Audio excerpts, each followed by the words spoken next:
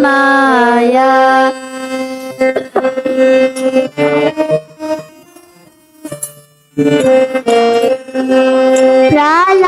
Praladana Dadaine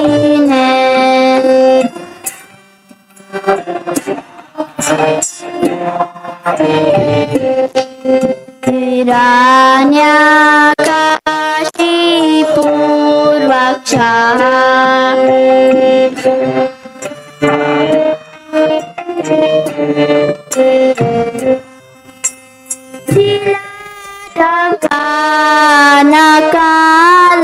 Siladakanakalaya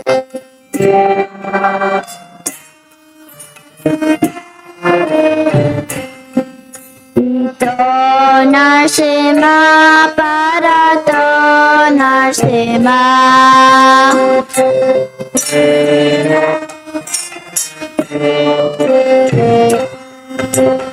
Yato yato yamitato Narasimha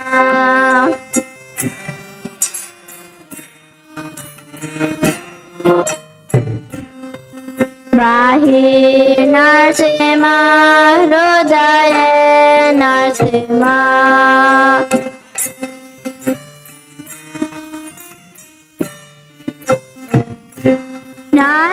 Narasimha Madhim Charanam Prapati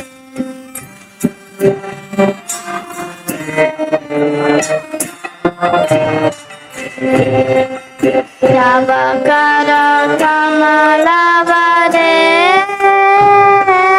Naka Adhuta Singam Dalita Hiranyakashipu Chanubringa Keshavadrita Narahari Rupa Jaya Jagadisha Hare Jaya Jagadisha Hare Jaya Jagadisha Hare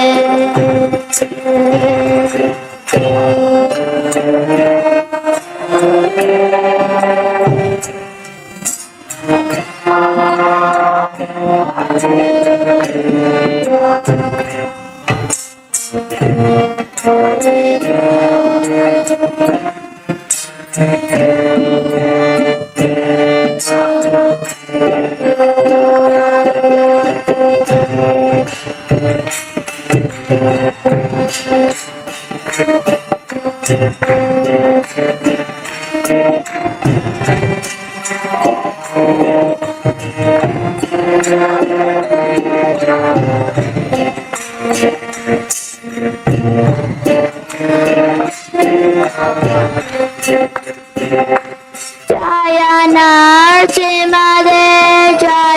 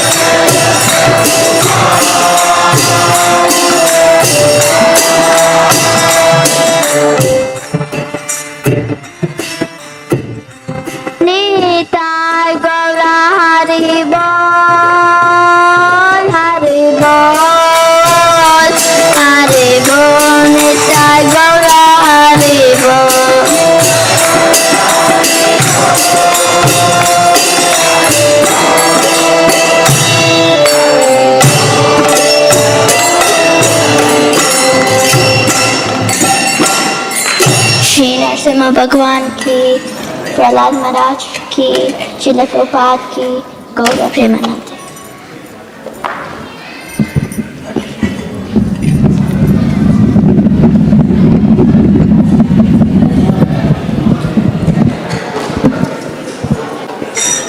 Hare Krishna, Hare Krishna.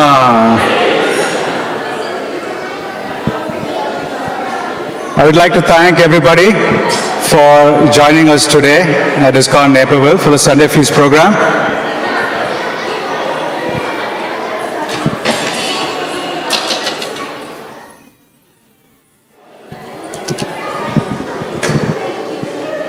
So there are some mats here to my left. If you would like, you can pick one.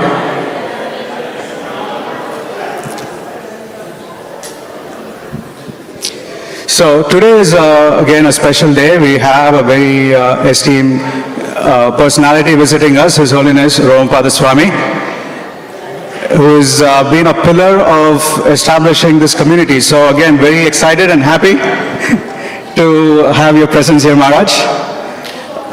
Let me just take a minute or two. So we have all over the country an important celebration happening this week. What is that? What celebration is happening this week all over US? Independence Day. Haribol. But there are going to be a few people in Naperville who are going to be celebrating Dependence Day. In fact, a couple of days of dependence on the holy name. So Maharaj is here this week to conduct a retreat that starts on July 3rd evening all the way till July 7th, where we will be eagerly participating to establish our dependence on the holy name. So again, very happy to have you, Maharaj. Just a quick introduction. His Holiness Romapada Swami is a Vaishnava sannyasi and a senior disciple of Srila Prabhupada and an initiating spiritual master in ISKCON. He has been practicing Bhakti Yoga for 50 plus years and has established many congregational programs, Sunday schools, corporate and college outreach, book distribution drives, and he travels regularly all over the world, inspiring thousands of people by illuminating them on the path of devotional service. So very happy to have you here again. Maharaj, thank you so much.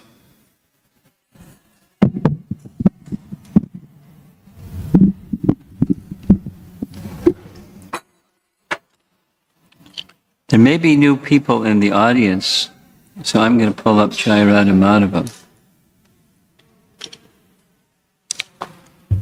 Just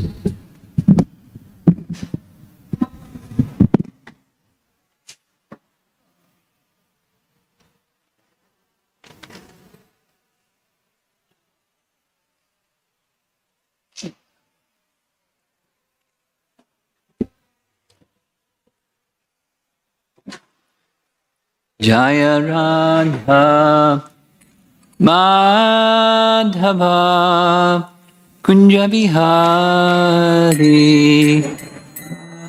Radha Kunja Vihari Jaya Radha Madhava Kunja Vihari Madhava Punjabi Gopi Jana Balabha Girivara Dhari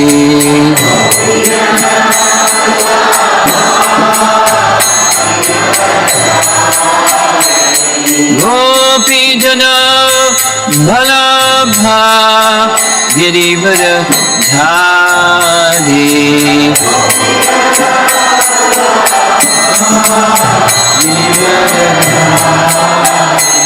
Yasodhanandana Brajajanaranjana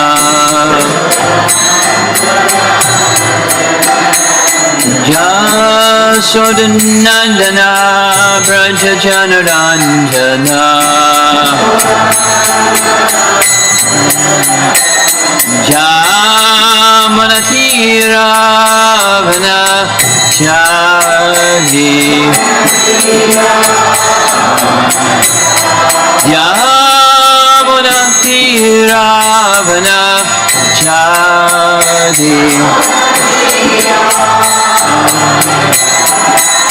Jaya Radha Madhava Kunjabi Hadi Madhava Kunjabi Jaya Radha Madhava Kunjabi Hadi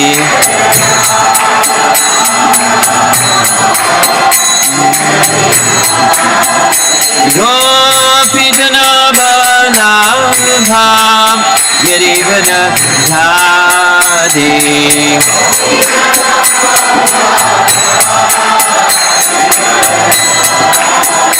Gopijana Balabha Girivada Dhadi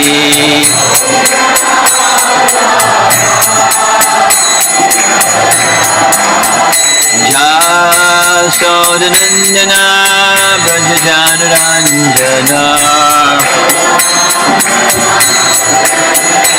Jasodhanandana Brajajanarandana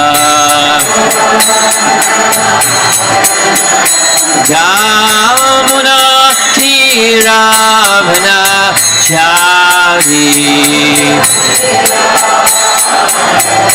Yamuna Tiravana Chari Jaya Radha Madhava Kunjabi Hadi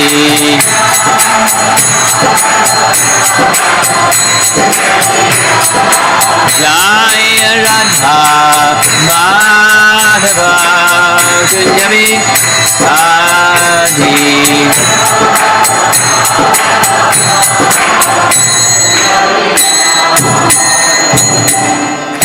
Jayom Vishnupad Paramahamsa Hari Vijagacharya Astatara Satasi Simadas Divine Grace A.C. Bhakti Vedanta Swami Srila Prabhupada Ki Ananta Koti Vaishnavrinda Ki Gaur Premanandi.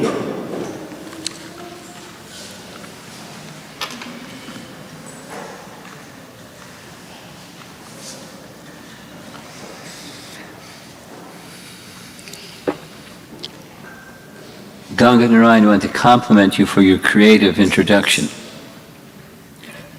Declaration of our dependence upon Krishna's holy name. It's the opposite of declaring our independence. We're declaring our dependence. So because of this weekend's event, I thought of speaking something about chanting.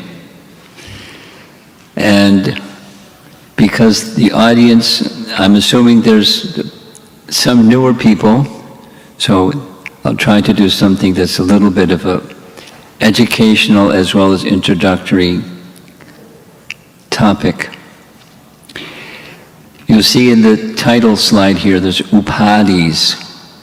Upadhi. Upadhi.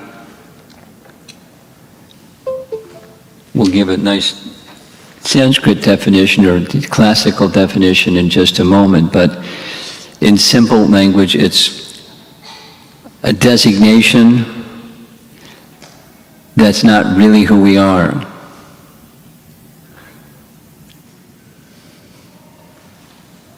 You know, our body type, or the nation in which we were born, or our gender, or our religion, or, you know, I'm a sannyasi. These are designations. It's not who we really are. That's upadhi is a designation that indicates who we might be, but not who we really are. That's upadhi. So how to chant, this is a little discussion on chanting without upadhis or designations. So we'll start with a nice beginning. This is a little definition of devotional service. There are two classic definitions that in ISKCON we're very familiar with. One is given to us by Rupa Goswami. Newer people may not know who is Rupa Goswami, but his on the lower shelf of our altar there, along with the disciplic succession on the far right, there's 6 Goswamis of Vrindavan, and Rupa was a very senior member of those associates of Chaitanya Mahaprabhu who gave the chanting of the holy name, or inaugurated the Yuga Dharma of chanting the holy name, and he gave teachings connected with devotional service. So he gives one definition. There's another definition found in the Narada Pancharatra, and the word upadhi is right in the definition. Narada Pancharatra. Sarvopadi vanir muktam tatparatvena nirmalam rishikena rishikesha sevanam bhaktiruchate. Very standard. Sarva means all, upadhis, or designations.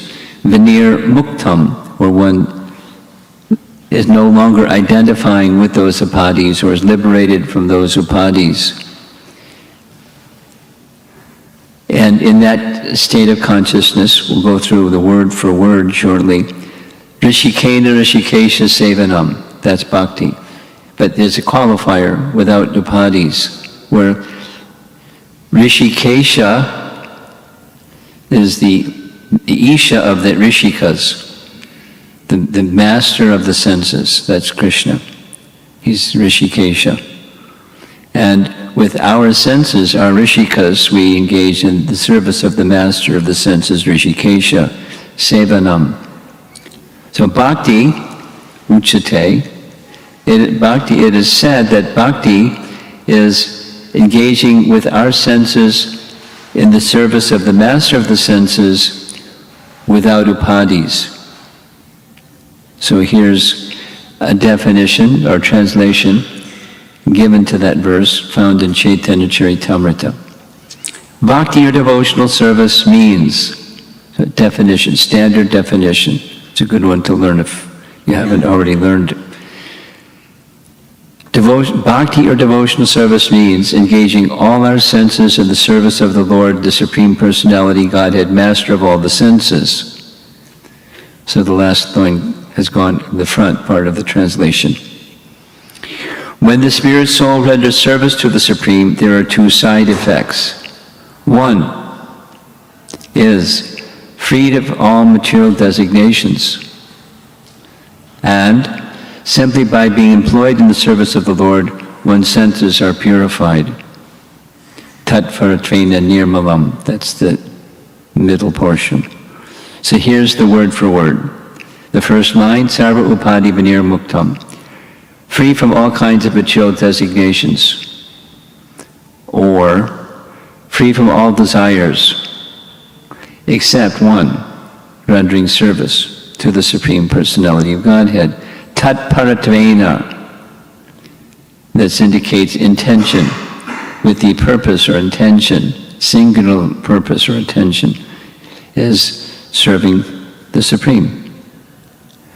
Nirmalam, mala and nirmala, contamination and without contamination.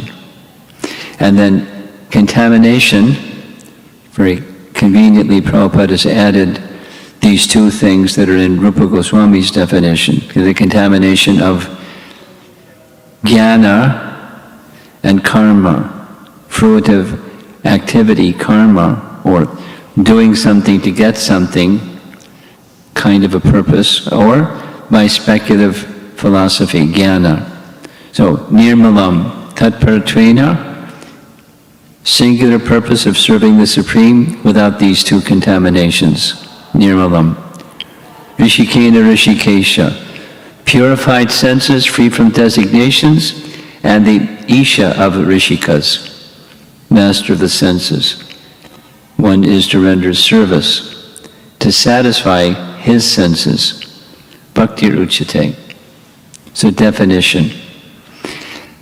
Paraphrasing, this definition is not from Rupa Goswami's writings, but Prabhupada includes this paraphrased definition in his Nectar of Devotion. Nectar of Devotion is a summary study of Rupa Goswami's writing on bhakti. When our senses are engaged, for the actual proprietor of the senses, that is called devotional service. Simple definition. In our conditional state, our senses are engaged in serving these bodily demands. When the same senses are engaged in executing the order of Krishna, our activities are called bhakti. So, what's bhakti?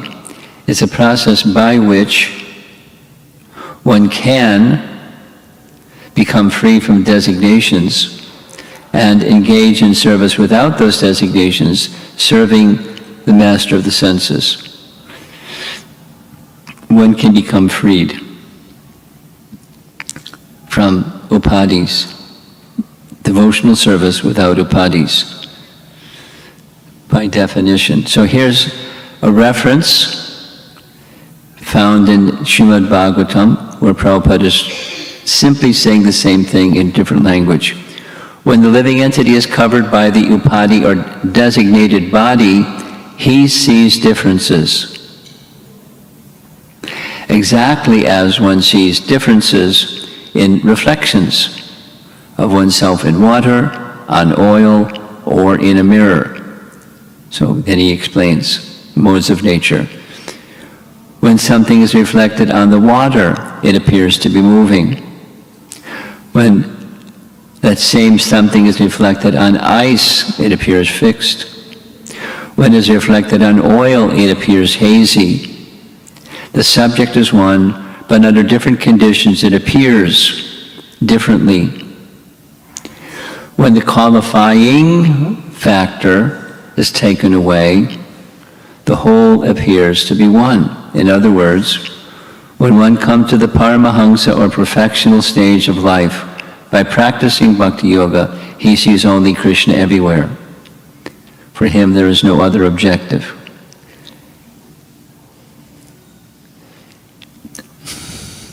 Prabhupada has a way of making things so simple, so clear.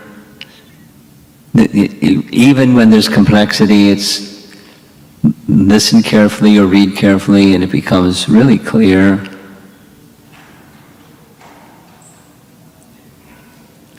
We're just at a home of somebody who was born and raised very near to the birthplace of Chaitanya Mahaprabhu.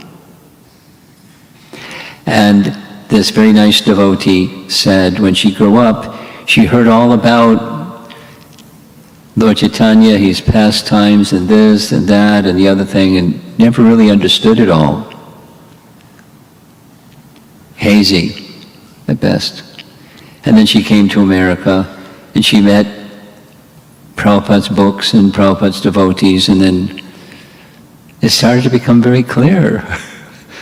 You know, some of the rest of us weren't born in Bengal, some of the rest of us were born some other place.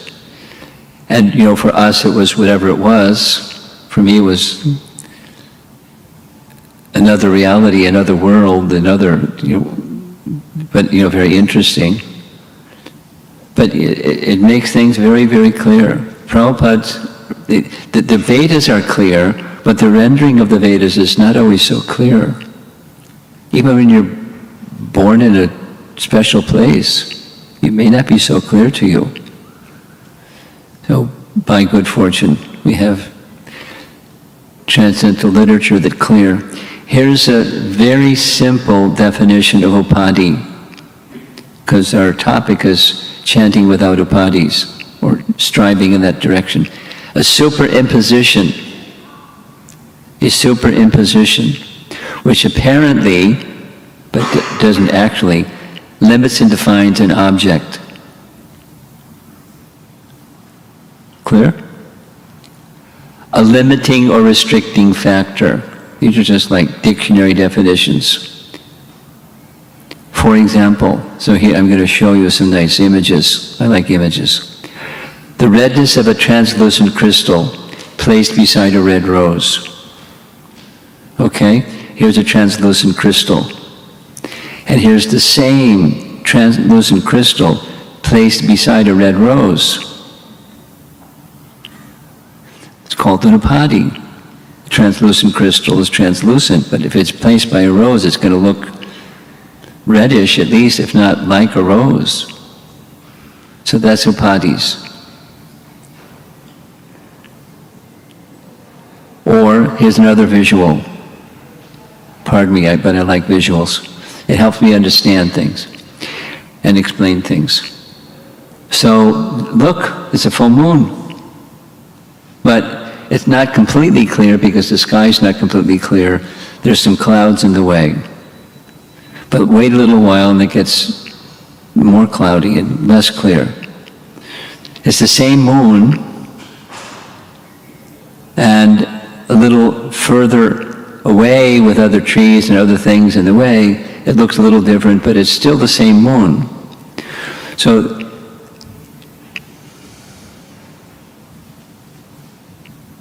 I was having a nice discussion with a teenager the other day. It's nice to have discussions with teenagers. They're fun. Because teenage life, it's turbulent, trying to find themselves, and it's so forth and so on. In between where they want to be and where they are, and feeling uncomfortable about it. So teenage life. So we're speaking about what does it mean to know who you are? Who are you? Who am I, anyway? Well, we're too busy to ask that question, so we don't ask that question because we're busy. Busy what? Being successful. Oh, what's successful? Well, everybody knows you check this box, that box, and you're successful. Who are you? Don't ask me that question, I'm too busy being successful. And when you're a teenager asking that question, like nothing's clear, so it's like uncomfortable on top of uncomfortable. But some young people are asking that question, fortunately, for their good fortune. It's their discomfort it's part of the transition phase, becoming a young adult from being a dependent. Speaking about dependence and independence, there is no real independence. That there's a different kind of dependence if you're knowing who you really are. Anyway, this is a picture of who we are. But if you look at the picture of who you are through a colored lens, it looks colored. So upadhis are like that. They filter what we see, they filter what we experience, what we perceive, what we do, and it moves things from the mood of service, sarva upadhi vinirmuktam tatparatvena nirmalam rishikena rishikesha sevanam. It moves that seva to the mood of my senses are meant to be served. I'm servant to my senses and the dictates of my senses, chief of which is my dear friend Mr. Mind, that tells me what happiness is. And then I go this way or that way based upon what my mind says. And the ride's not always fun. Here's a verse from Bhagavad Gita. So that helps us get grounded. 6th chapter, Dhyan Yoga chapter. A true yogi observes me in all beings and also sees every being in me. Indeed, the self-realized man sees me everywhere. Now, most of us can't match that qualification. We don't see Krishna everywhere. But self-realized souls see Krishna everywhere, and something that obstructs your seeing Krishna everywhere is upadhis, or identifying in terms of who we aren't. I mean, Upadhi is just a friend of false ego. Which type of false ego? Ask your friend. I'm this upadhi, I'm that upadhi. Thank you. So they're companions, they're buddies. Here's another nice instruction from Srila Prabhupada's writings. Again, something that makes this topic real easy to understand. A person in Krishna consciousness certainly sees Lord Krishna everywhere.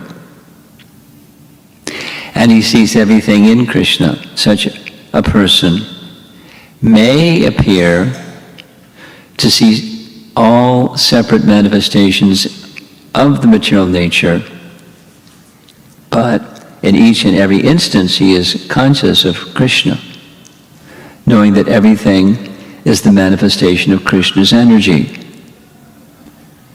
Or another nice way of saying the same thing. In this world there are two things. There's Krishna and there's Krishnas. And there's not a third thing. In the creation of God, there's not something that's either Krishna or Krishnas. Conclusion, there's no such thing as a void in the creation of God. It's either Krishna or Krishnas. Carrying on. Nothing can exist without Krishna, and Krishna is the Lord of everything. This is the basic principle of Krishna consciousness. How does the devotee know that everything is the manifestation of Krishna's energy? Good question. First of all, a Krishna conscious person is a philosopher. If he sees a tree, so in a moment we're going to see an image of a tree. If he sees a tree, he thinks, what is this tree? He then sees that the tree has a material body, just as he has a material body, and that the tree is also a living entity. But due to the tree's past misdeeds, he has obtained such an abominable body that he cannot even move.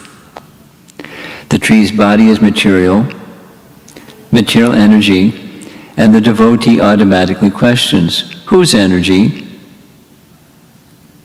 Krishna's energy. Therefore, the tree is connected to Krishna. Being a living entity, the tree is part and parcel of Krishna. In this way, the Krishna conscious person does not see the tree, but he sees Krishna present. Now his eyes get all blurry and mystical, and he sees Krishna standing there instead of the tree standing there. Now somebody may have that vision or hallucination, but the meaning that he sees Krishna everywhere is being explained. That is Krishna consciousness. You don't see the tree, you see Krishna. That is the perfection of yoga.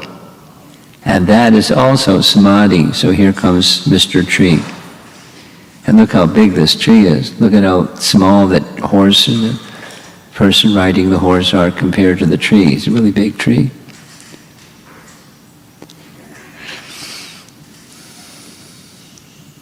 I'm going to get to chanting, but this is all a background to get to chanting without upadhis. Here's 2 images. You see a nice puppy dog on the left side, and you see a king on the right side. And Prabhupada speaks about this in his Bhagavad Gita purport, chapter 13. Chapter 13, you can look it up later if you like. Chapter 13, nature, enjoyer, and consciousness. So the living entity is consciousness. Material nature is the covering of the soul or consciousness. And then there's the Supreme. So the verse that's indicated on the screen here, 13:21. Karya karna kartradve hetu prakritir uchate. Purusha sukha dukhanam bhoktradve hetur uchate.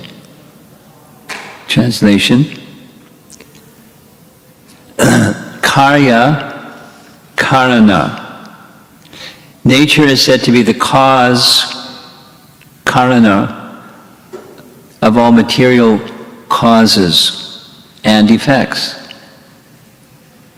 Material nature is said to be the cause of all material causes and effects, whereas the living entity is the cause of various sufferings and enjoyments in this world.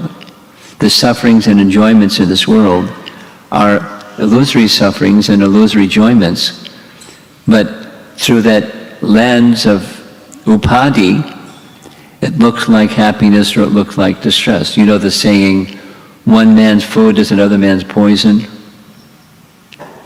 You've heard that phrase before? One man's food is another man's poison. So somebody like this and somebody, it's yak, and the opposite. In fact, you eat the wrong foods if you have a certain disease and it can kill you, or at least aggravate your disease severely if you just don't know what your disease is, what you should and shouldn't. So the point is there's a relationship between the covering, we'll call it upadhi, or false ego, or gross and subtle body, prakriti, is the cause of the various material causes and effects. And the living entity interacting with material nature is the cause of their suffering or enjoyment. So we all want enjoyment. We don't want misery, we want enjoyment. So why do we want enjoyment? Because it's the nature of the soul. The nature of the soul, this is Sankhya, it's really simple 101. The nature of the soul is we're a tiny fragmental part of the Supreme. So as the Supreme, we're tiny fragmental parts of. Whatever is in the Supreme, it exists in us to a small degree. So he's Paramananda, and we have, by nature, a tendency to want to be happy. Nature. We want to be happy because it's our nature to want to be happy. But if we think happiness is in the field of prakriti, then we're the cause of this so-called sufferings and the so-called enjoyments. Hetu prakriti uchate. Karanam guna sangosya, sad asad. Sad, good fortune, ill fortune. Happiness and distress. We're the cause of that. Our orientation towards all of that. So it has everything to do with this topic of devotional service, is to become freed from those tendencies or coverings, upadhis. Prabhupada's explanation, you've heard this before. If you want to come into the fire, you have to become fire yourself. To become spiritualized, you need to associate with the Supreme Spiritual Person. If you want to become pure, you associate with the Supreme Pure, so you can become freed from impurity, and the impurity, these upadhis. So you practice devotional service in such a way, consciously letting go of the upadhis. Letting go of upadhis is a false designation.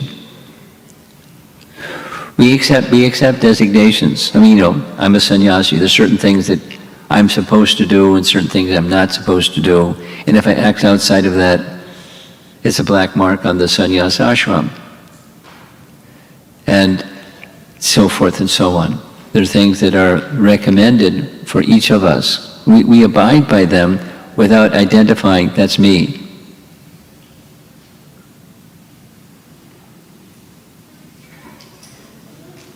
I'm not an American. I'm not a sannyasi. I'm not a man. I'm not a this. I'm not a that. I'm not a the other.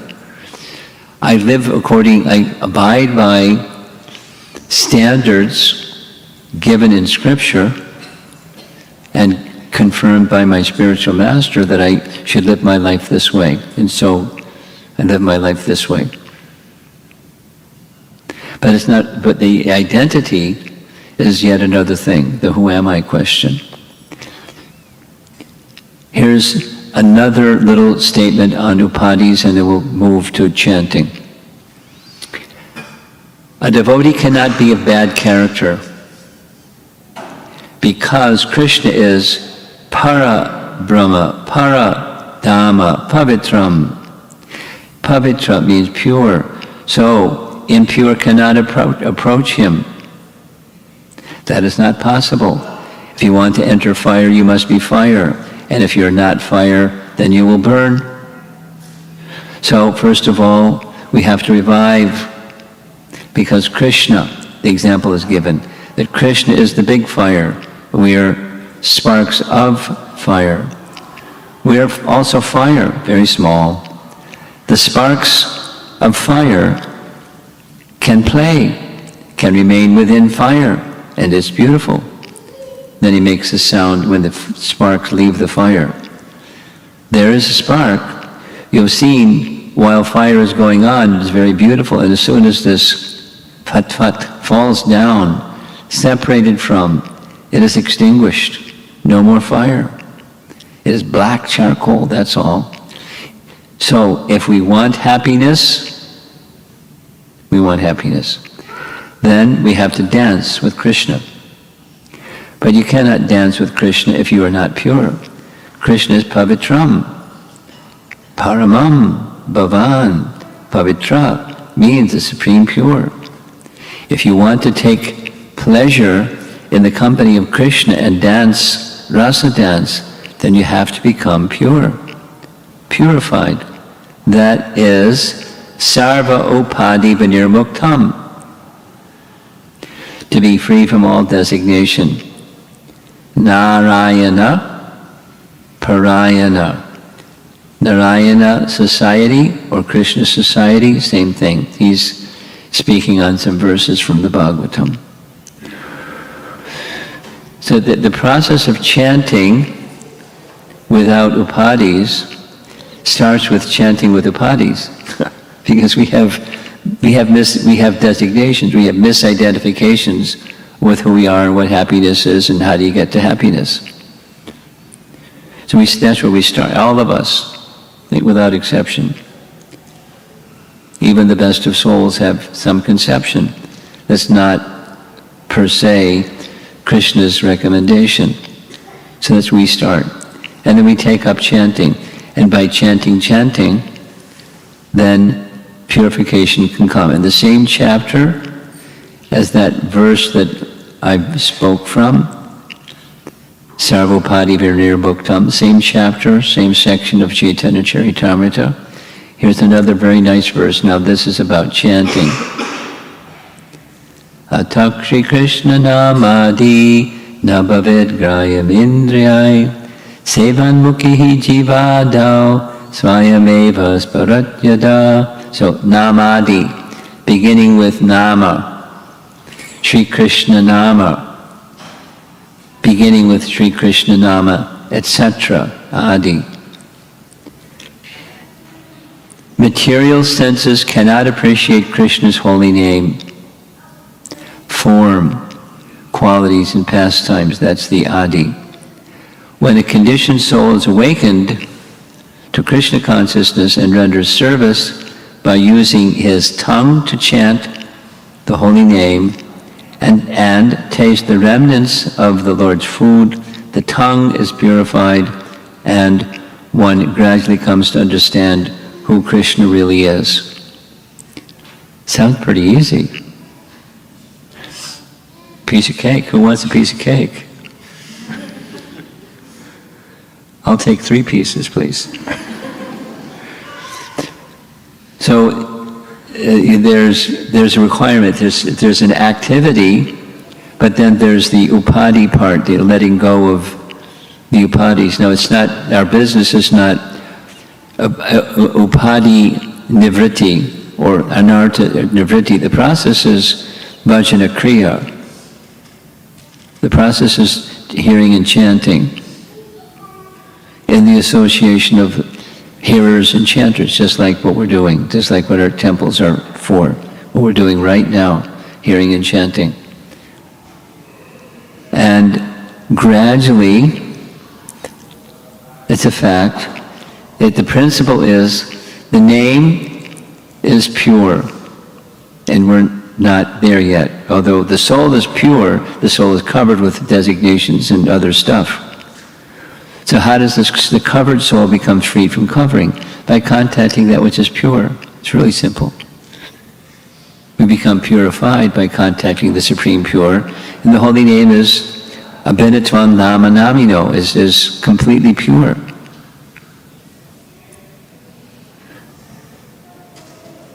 So two things, vibrating and tasting, the jiva, the tongue. Jiva Dao, beginning with the tongue, then other senses and other senses. So it starts with this chanting and hearing activity that we do a lot of.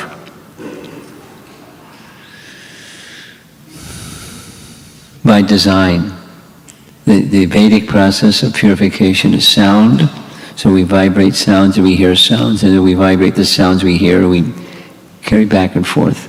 Sound, hearing, sound vibrating, Shravanam, Kirtanam, and so forth. So we invite you all to come, if whatever your schedule permits. Just quickly, our schedule is going to start Wednesday night. We're going to beat the Independence Day, the fireworks and all of that, on the 4th of July. So it's going to start on the 3rd of July, and then the 4th of July, and 5th, 6th, 7th. And so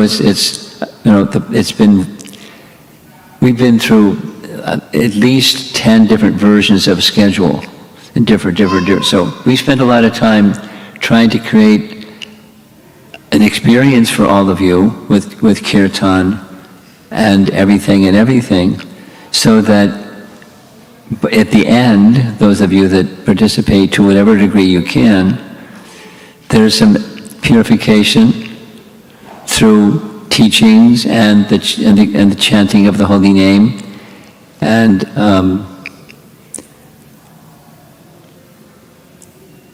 festival of the holy name. That's the title of the event. Come if you can, any part of it. The schedule isn't posted somewhere, I'm sure, probably circulated. Here's the last slide. This is a nice prayer, Bhuta Shuddhi prayer. So it's a prayer that the message is a prayer to become fixed in one's spiritual identity, or identifying oneself as Krishna's servant instead of the upadhis. I am by nature the eternal servant of Krishna, but by misfortune, due to by being inimical toward him from time immemorial, I have been identifying myself with the body and have been continuously wandering in the cycle of birth and death in the material world, suffering the burning threefold miseries. Now, as a result of some unimaginable good fortune, by the mercy of my spiritual master, I know that I am the eternal servant of Krishna, that I am an infinitesimal spiritual being completely apart from the gross and subtle body. Now, by the order of my spiritual master, following in his footsteps, I have obtained the good fortune of being able to serve my spiritual master's lotus feet and the lotus feet of Lord Chaitanya Mahaprabhu and Sri Sri Radha Syamasundar. Or, if it's appropriate, in another place, the name of that other place's deity or one's Ishtadev. So it's a Bhuta Shuddhi. It's a prayer for pure consciousness, or being fixed in one's spiritual identity. It's a nice prayer. So, I think I'll end, and again invite you, if whatever your schedule permits, please join any part of the Festival of the Holy Name. If you can come for the whole thing, fantastic. We have a plan that's built into every festival, the Holy Name, every 4th of July weekend, there's a day when we try to increase our chanting a whole bunch. From our usual standard of 16 rounds, we invite everyone to get up early and chant 64 rounds if you can. Or less than that, that's okay too. So you'll see the schedule. Come if you can and sit, sit in the company of the devotees that are in the fire of chanting, and you might catch fire too. Any comments or questions?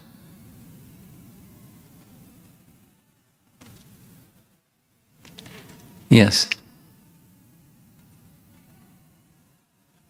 Way in the back.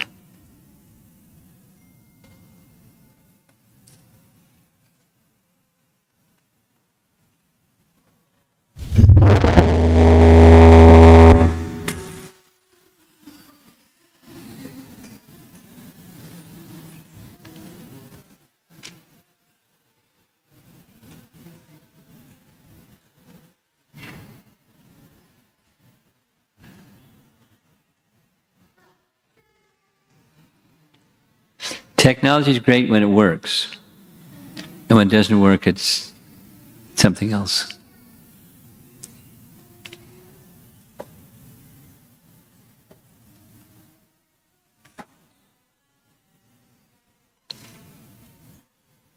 You guys going to speak without the microphone, is that the idea? It's not working. Okay, fine. Go ahead. I'll repeat the question for those of you that can't hear. So keep it simple.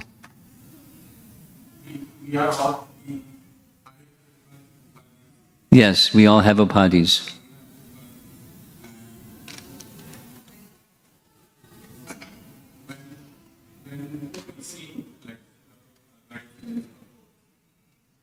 Like females should not have income or We're less intelligent with upadhis. Strike 2. You ready for strike 3?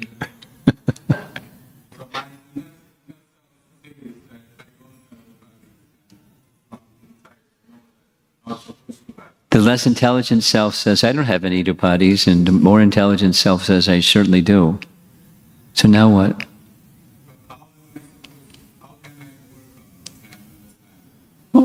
Well, the principle is simple. The same example. You stand near fire, you get warm. In in the association of sadhu, then where I really am becomes a little more clear than before I had sadhu association.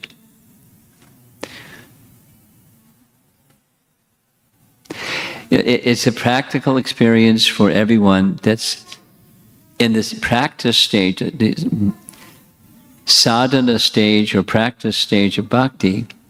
You start to find stuff that you had no idea was hanging around in there, in the heart.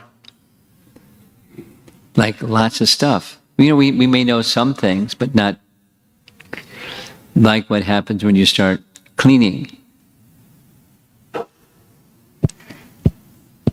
So just stay in the association of sadhus, or stay in the association of Vaishnavas, and the process of hearing and chanting, and things that you couldn't see before you can see. You turn the light on when it's darkness, and you can see all kinds of things that you couldn't see when it was darkness.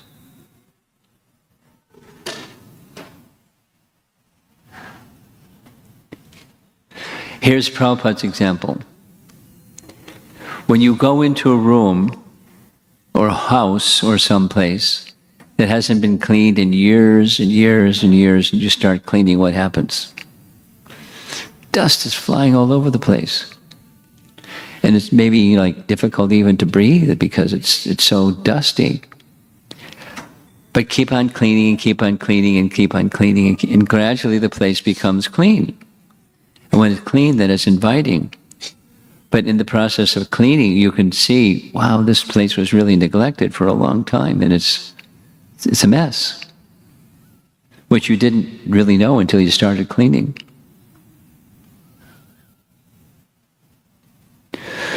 To become more keenly aware of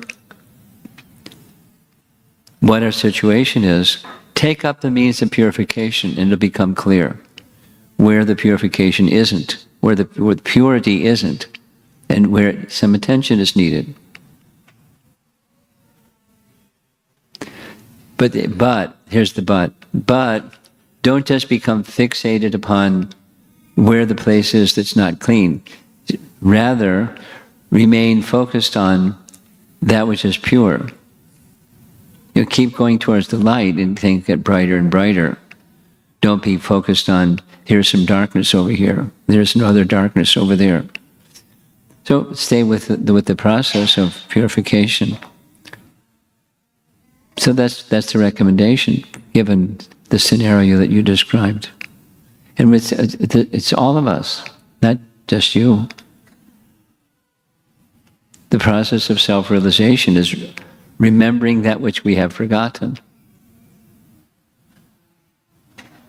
And we may not even know that we've forgotten because we're forgotten, covered in ignorance, unfortunately. And that's as Kali Yuga progresses, it gets darker and darker. It doesn't get better and better. Anyone else? I hope you could hear the question. Okay.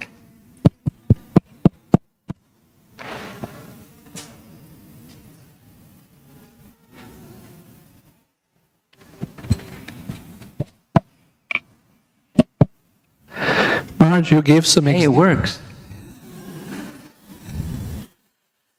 You gave some examples of upadhis. You started the class with giving some examples of upadhis, such as being an American, Indian, whatever, bodies, varna, and so forth. Yeah.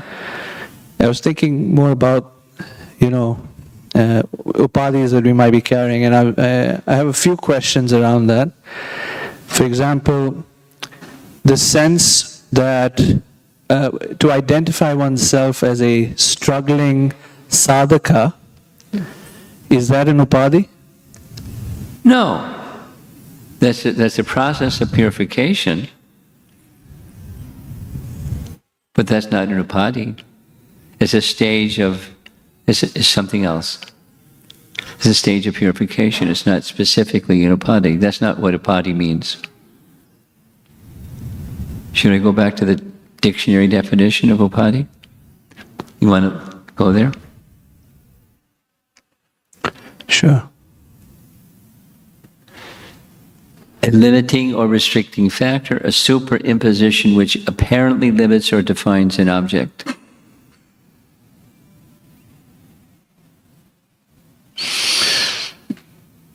One of the slides was saying that a true designation is I'm an eternal servant of Krishna. Yes. So while I'm an eternal servant of Krishna, I can simultaneously be a struggling sadhaka, and that's absolutely true as well. And it's not a limiting factor as this is being. Well, you're asking the same question. I'm just clarifying for myself as I'm speaking. You're using different language, but to me it's the same question. Mm-hmm. And my answer is the same answer. It doesn't fall in, it falls into a different category, not under the upadhi category. It falls into the category of a stage of awakening of dormant consciousness, or the stage of sadhana. So it's a different topic than the upadhi topic. Is there a definition or difference delineated between upadhi and ahankar? Well, I spoke about it. I'll say it again. They're friends. I heard you say that. I think of it this way. It's like a Venn diagram. You're an educated man, so you know what a Venn diagram. I had to learn it. So there's this thing, and then there's that thing, and there's some places where they overlap. Where they overlap, that's a Venn diagram. So they're not one-to-one exchange. They're not completely different either. There's some characteristics that they share. They're not one and the same. They mean different things, that's why there's different terms. False ego, there's ego. There's aham, that's who I am. And ahamkara, the identity of who I am. So that's consciousness. And then upadhi, this is my understanding of the distinction. Upadhi is the superimposition upon consciousness. There's consciousness and the mistaken identity. Then there's that which is the covering, which is the upadhi. That's the Venn diagram model. That's how I understand it. Language is important.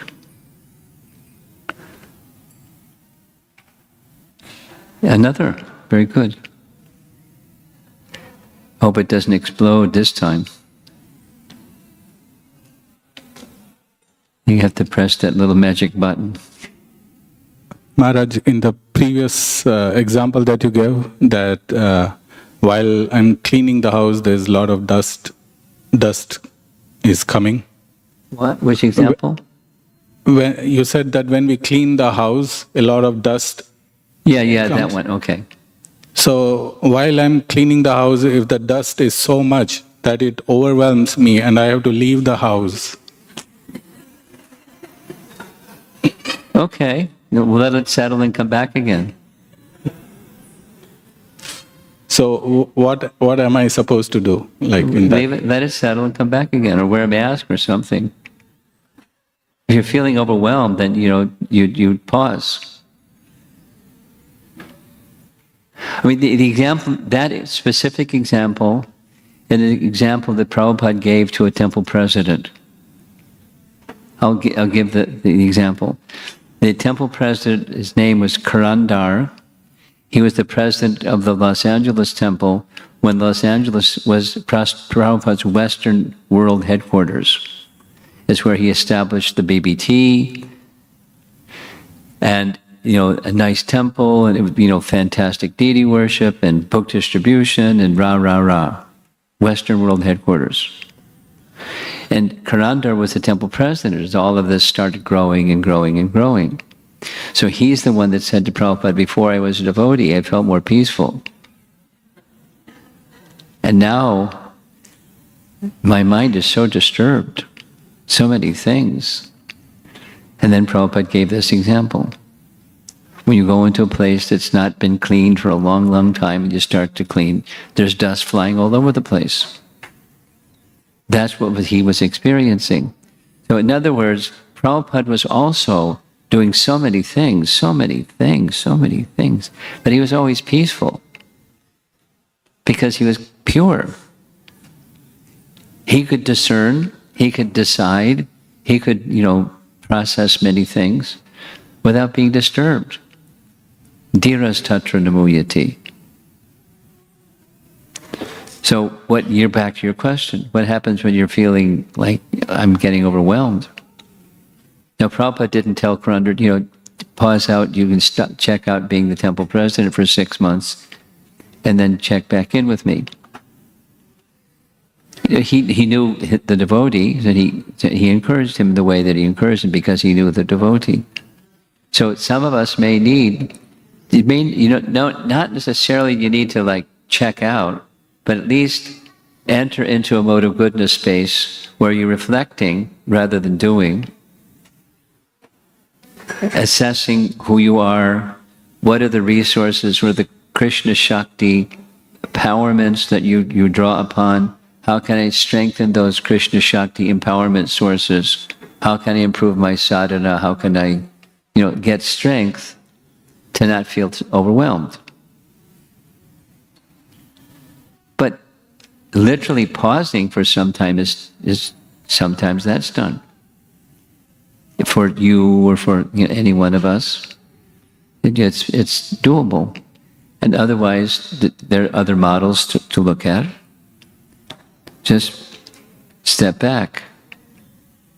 as they say, 10 deep breaths. You know, you go into a mode of goodness space. That's what I like to describe and sometimes do. You know, just instead of go, go, go, pause, reflect, connect, reassess, then decide what, you know, what's the best next step for me and my service to Krishna and Prabhupada. It may slow down, you know, so you can recalibrate things.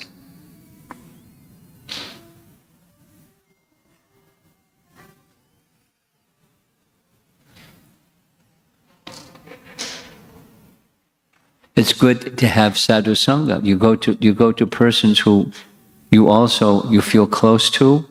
They may be peers, they may be superiors, whatever, and you go spend time with them. It's because you want to get clarity, because you're not feeling that same clarity that you should and want. So sadhu sangha. It's another what to do when that happens. Okay, I think we're done. Thank you very much. Srila Prabhupada ki.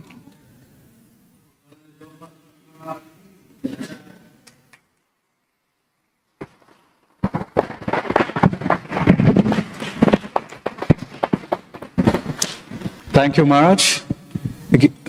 So again, this is a sampler of what awaits us at the Japa retreat that starts on July 3rd at 6 p.m. and goes on until July 7th, 1 p.m. So again, for people who are eager to develop the attraction for chanting the holy name and go deeper into the relationship, I think this is a great opportunity. Wonderful association. There are more than 160 devotees who have already registered, and great prasadam. So again, there's nothing. What is the problem here, as Srila Prabhupada would say. So, so great opportunity. Please take advantage of this opportunity. I have two more announcements. So today is the last day for registering for the Gita camp. Now the Gita camp is a camp that we conduct every year for kids between 5 and 12 years old. And it starts on July 15th and it's for an entire week, actually 2 weeks, all the way going up to July 26th. And again, this is a program that consists of a lot of fun activities, kirtans, Bhagavad Gita discussions, verses, arts and crafts. So again, a really good opportunity for learning something new, but also really good association for your kids. The registration is available on the website, and also you can pick up flyers when you go for prasadam downstairs at the counter in the lobby. Or there's also Sri Radhika Mataji here, who can provide more information if you would like to enroll your kids. Next, I would like to thank our Sunday Mahabhog sponsors. I would like to thank Abhijay Paul Prabhu, and again, he's seeking blessings of their lordships and the devotees. And then also, I would like to thank Mahesh Patel, Dharmishta Patel, and Bhumika Mataji, again, is seeking the blessings of prayers of the devotees. So if we could all chant one Mahamantra on their behalf. Hare Krishna, Krishna Krishna, Hare Hare, Hare Rama, Rama Rama, Hare Hare. So I would like to ask Abhijay Paul Prabhu or somebody from his family to please come forward and accept this gift from Maharaj. Please come.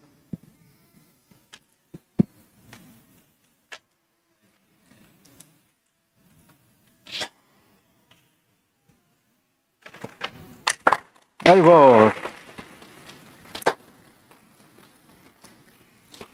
Do we we have anybody from Mahesh Patel and family?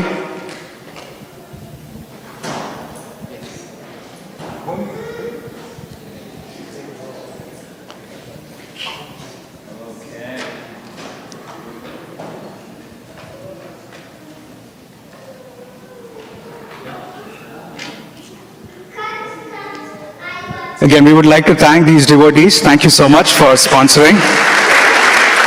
Again, this is an opportunity that is available to everybody. If you would like to celebrate either an event in your family, please feel free to, again, contact one of us here. Or you can also go to the website and you can get information about the sponsorship opportunities. Thank you so much.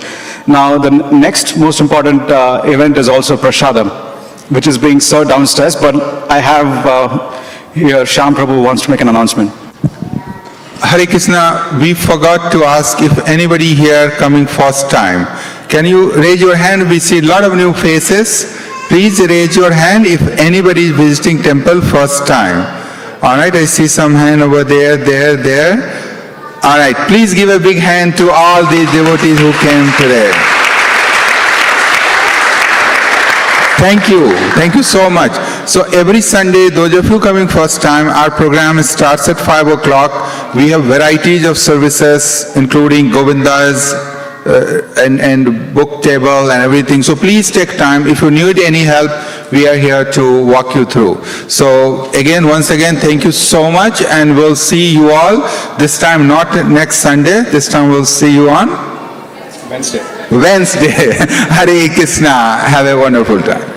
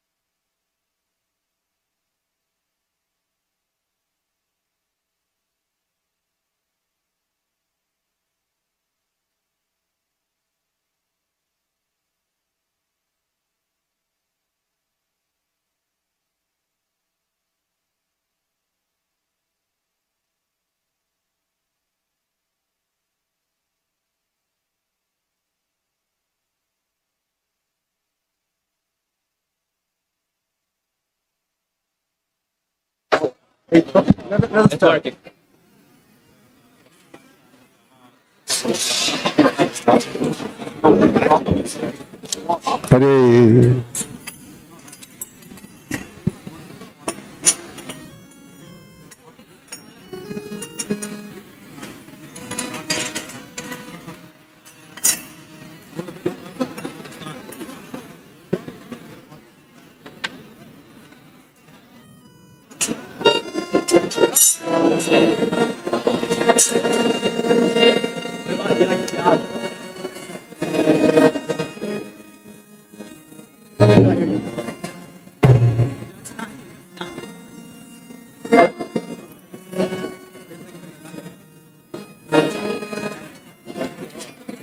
Hey, what time we starting? So give him a half an hour. Well, so what am I stop? Huh? I cannot stop. I cannot stop at 7. This is 6:40. I'd be supposed to go for half an hour. So check me for half an hour. No, Okay? trouble. The first lot is whenever class ends to 7. Okay. So I'll say right now how much are you going for? 7.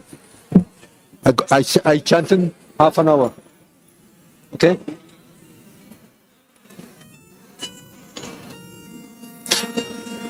Krishna, Krishna, Krishna, Krishna. Krishna, Krishna, Krishna, Hey. Go.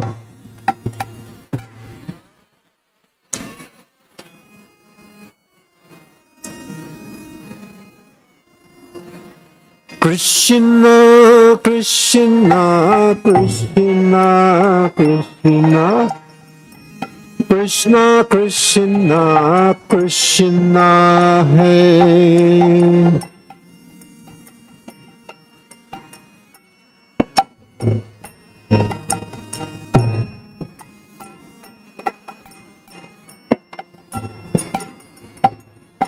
Krishna, Krishna, Krishna, Krishna. Krishna, Krishna, Rakshamam. Krishna.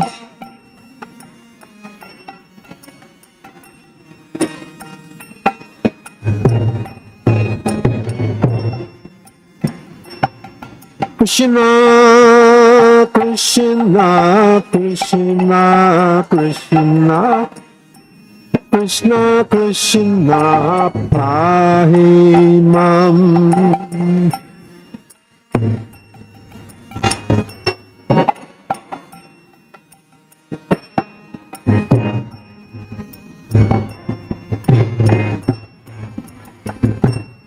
Namo Vishnu Paraya Krishna Presaya Bhutale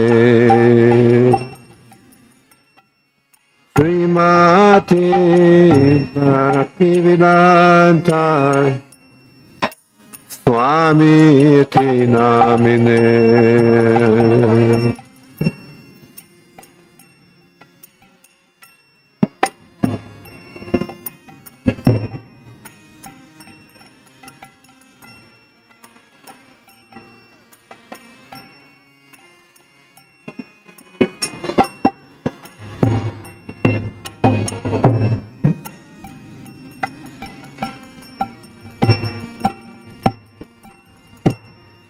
Namaste Saraswati Deve Gauravani Pracharine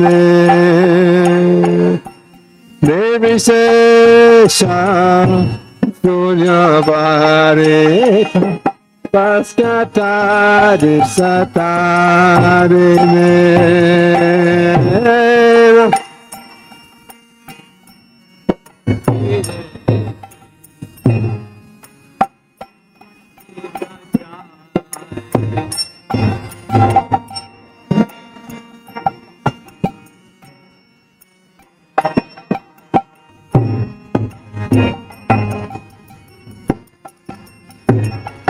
Jaya Sri Krishna Chaitanya Prabhu Nityananda Sri Advaita Gadana Srivasadi Gaura Bhakta Vrinda.